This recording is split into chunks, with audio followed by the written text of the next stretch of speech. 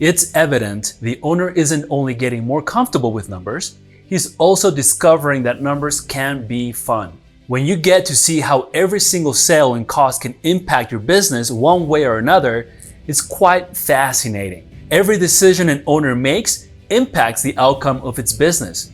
Will it be successful or will it fail? It often comes back to the business strategies put in place by the owner or the executive team.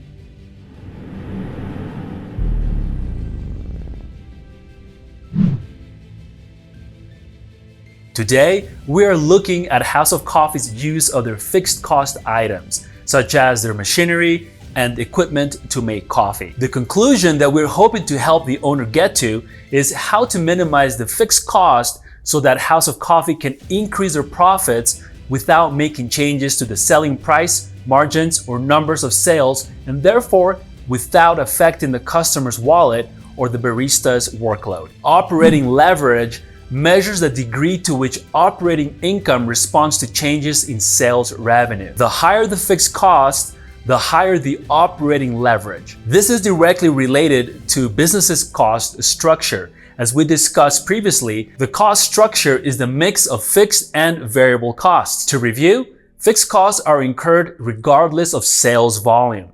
Total fixed costs remain the same no matter the change in sales levels. Now, total variable costs increase and decrease in proportion to total sales levels because variable costs are the costs incurred to produce a product that is sold. A business with higher fixed costs has a higher risk of not covering those costs if sales fall short. On the other hand, if sales do not fall short and sales volume increases, businesses with higher fixed costs than variable costs will see a greater return on increased sales. As with most situations, higher risk comes with higher return as well. It's time to show the House of Coffee owner how higher fixed cost means higher operating leverage, and therefore carries more risk for businesses expecting to fall short on sales, but more return for businesses expecting to exceed their sales target. Let's see if we can illustrate this clearly to the owner by continuing with our large cappuccino analysis. House of Coffee's total fixed costs are $5 million. No matter their sales level, their total contribution margin needs to be a minimum of $5 million to cover their fixed costs. With large cappuccino, House of Coffee needs a minimum sales level of 1,250,000 units to cover their fixed costs. But what happens if House of Coffee decides to stop their drone delivery services now that COVID-19 is over and there is less demand for home delivery? They invest in hiring more baristas for their in-store customers, and $1 million of fixed cost shifts to $1 million of variable cost. Now, what does that look like on our income statement? Operating income remains the same at our break-even point at the same sales level of 1,250,000 units. But now what happens if sales levels increases 20% and we sell 1.5 million large cappuccinos? With the new cost structure, our operating income increases from $0 to $800,000 when our sales level increases by 20%. What does that same sales level increase look like with our original $5 million in fixed costs? This is a fascinating reality for the owner. This somewhat simple calculation shows that if House of Coffee's cost structure has higher fixed costs, their return is higher with higher sales levels. Higher return equals higher risk. So what happens if sales levels decrease by 20% from the original break-even point to selling only 1 million large cappuccinos? Let's take a look at the same two scenarios. Our operating loss is $200,000 more when our sales level decreases by 20, and we have a cost structure with higher fixed costs. So the higher the risk when times are bad, like during a recession, that a business will suffer greater losses. Operating leverage has what is called a multiplier effect.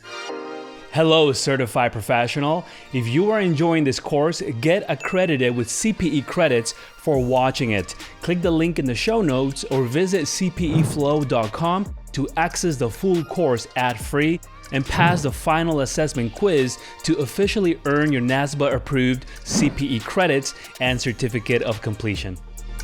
A multiplier effect happens when a given change in an input, like sales revenue, causes a larger change in an output, like operating income.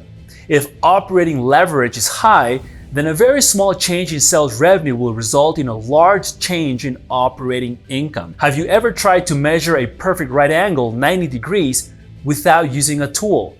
If you are off by just a couple of degrees at the very beginning of your measurement, then as you move further away from the beginning of your angle, a few inches off turns into a few feet off. The same thing happens with operating leverage and the effect sales revenues has on operating income.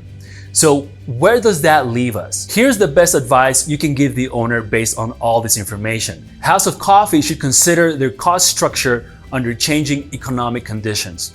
If they are expecting a recession, they may want to shift some of their fixed costs to variable costs. If they are at risk of their sales levels decreasing during a recession, they should reduce the risk of not being able to cover their fixed costs by reducing them as much as possible. This is how a business can navigate tough times. For the owner, this is a relief. During this pandemic, like many other business owners, he has felt hopeless, as if there was nothing that he could do to make things better. Through these calculations and formulas, you are giving the owner of House of Coffee a sense of power back. Every decision he makes can impact his business, no matter what is happening around. He can react in the best possible way to minimize the losses when things are looking bad on the outside world, or maximize the profit when consumers are lining up in front of his shop. Now that we know what operating leverage is and its impact on the operating income, let's look at how we can calculate the degree of operating leverage in the next lesson. I'll see you there. Thank you for watching.